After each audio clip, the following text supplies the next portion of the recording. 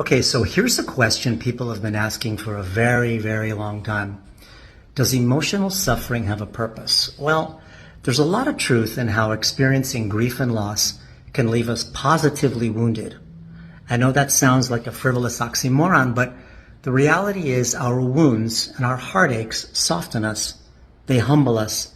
They mature us to the point where we begin to realize that grief is one of the most important rites of passage to being fully human. Now, I'm not saying that sadness needs to be your new jam, but knowing this might help reconcile some of the hardships you have suffered over the years. Being positively wounded, which is often a consequence of pain and loss, is the price of admission to higher awareness. So, whether we like it or not, we all need the indelible branding of the wound.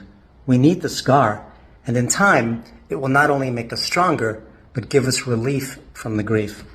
So don't be afraid to lean into your melancholy every now and then, because rest assured, it's wiring you in a positive way. And remember, emotional wounds increase the sensitivity of the heart. They also prompt empathy for others and empathy for ourselves. Please think about it. Take care.